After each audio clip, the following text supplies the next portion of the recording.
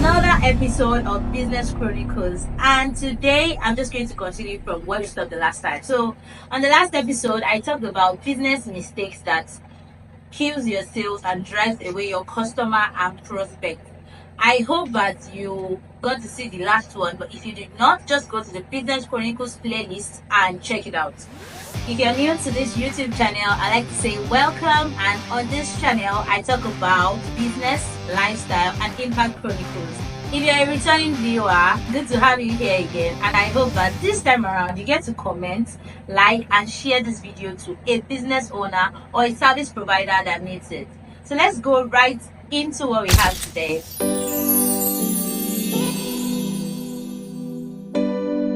One mistake business owners and service providers make is surprising clients with hidden charges. Let's talk. Pricing is one of the most important aspects of your business, and you should not joke with it. You should not take with levity. If you sell products, you need to consider, if the product is manufactured by you, you need to consider your cost of production, the time, and every other thing that was put together to make that product one and to make it sellable. You need to put all of that in consideration before fixing your price. If you're a service provider, you need to put in all the factors, the time, the resources you put into that service you are trying to offer. You need to consider it when you are pricing. Now, when you do all of this, when you learn how to price properly, you need to also make sure you curate your packages in a way that it includes every charge and there are no hidden charges anywhere. And if peradventure there are any hidden charges, you just have to find a way to incorporate it into the sales price. Do not now tell them that, okay, you are buying this item for 15,000, only for them to make payment, and then you're not telling them there's an extra 3,000 they need to pay for something. No, it turns clients off, and this is the fact. I've been there before and I know how it feels, and that's the same way your clients or prospects feel. So do not hide any charges. If what you are selling, they have to pay for delivery, you have to inform them ahead of time, because some clients are also funny. Subsequently, I'm going to be making a video on things clients do that turns off even we the vendors. So when you are selling a product and it includes delivery, you inform them ahead of time. So you need to also have an idea how much delivery will cost to different locations, and if you don't, inform them that you need to confirm the current prices, or if they would be picking up, if that is an option, let them know that this is the total cost of what you are trying to get. And if you offer services as well, let them know that, okay, if you do this, you also need to do this eventually. For example, through Sadara Consult, when I do registrations for people, I let them know that I have different packages for my registration. So the packages will suit your needs and budget according to what you need at that moment. But if you want to do a particular package, say the standard package, and it does not have tax identification numbers, I would definitely inform you that if you are coming back to get tax identification numbers, you're going to pay separately for that. So always inform your clients that these are the cost implications of all they are trying to get. So let's move to the next one, and that would be ignoring negative reviews and handling criticism poorly. I would always tell business owners that reviews are a very important part of your business, and you should be open-minded, because you cannot get positive reviews all the time.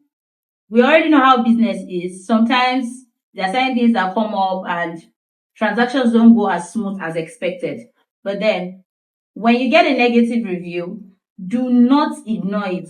Just resist the urge to ignore a negative review. Why? Because it just passes the wrong message to the client, to the customer. And when you ignore a negative review and you do not handle it properly, you might likely not get a referral. The client may never come back to you. Why? Because they expect you to empathize with them. They expect you to understand them and make them feel like, oh, we are sorry, this happened, this is not how it would usually be, but it's just beyond our control. And they just want you to really communicate with them and make them feel like, okay, it can get better, and it will get better if you give us another chance. So do not ignore negative reviews. Instead, you need to learn emotional intelligence in business and know how to respond to a negative review. Yes, some customers can be a lot. Some customers can be rude.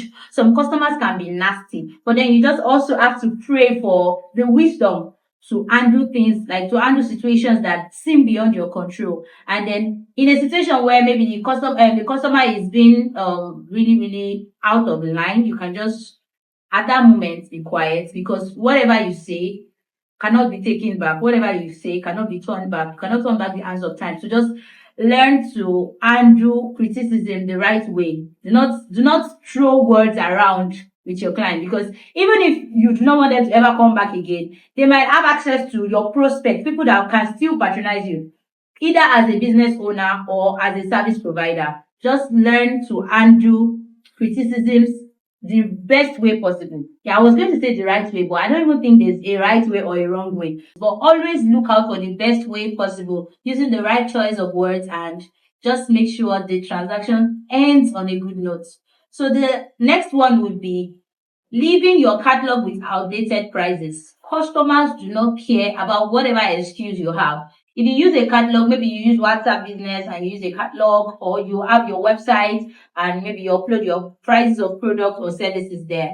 Never ever make that mistake of leaving outdated prices. If your prices change due to maybe market fluctuations, or something that maybe increase in cost of production or cost of service provision, just make sure that you are updating your price. Something happened with my associate graphic designer some months back, and how he was able to lose out on that particular issue was that he had a catalog that had prices from 2 years ago that he had not updated, and that was how they were able to beat him in that particular scenario. I don't want to give too much details, but make sure that you update your catalog prices from time to time. Yes, it is good to have a catalog, it's good to have a website, but make sure that periodically, weekly, monthly, anyhow you deem it fits, depending on what you offer as a business owner or a service provider, always update your catalog prices. And the very, very last one would be using personal accounts for business transaction. Yeah, you may say like, it's not a big deal, but it has so many disadvantages.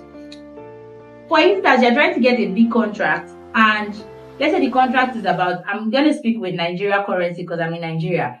Let's say the contract is about 3 million, and then you already got the contract, maybe from a referral or something, and then they are asking you to send your account number for payment, and then you send OPay carrying your name. It would ring, it will raise an eyebrow, it will ring a bell, and that bell, trust me, it's not a positive bell, because why are you trying to get 3 million naira for a transaction into your personal account? It does not speak well for your business. It does not speak that your business, it does not show professionalism in any way.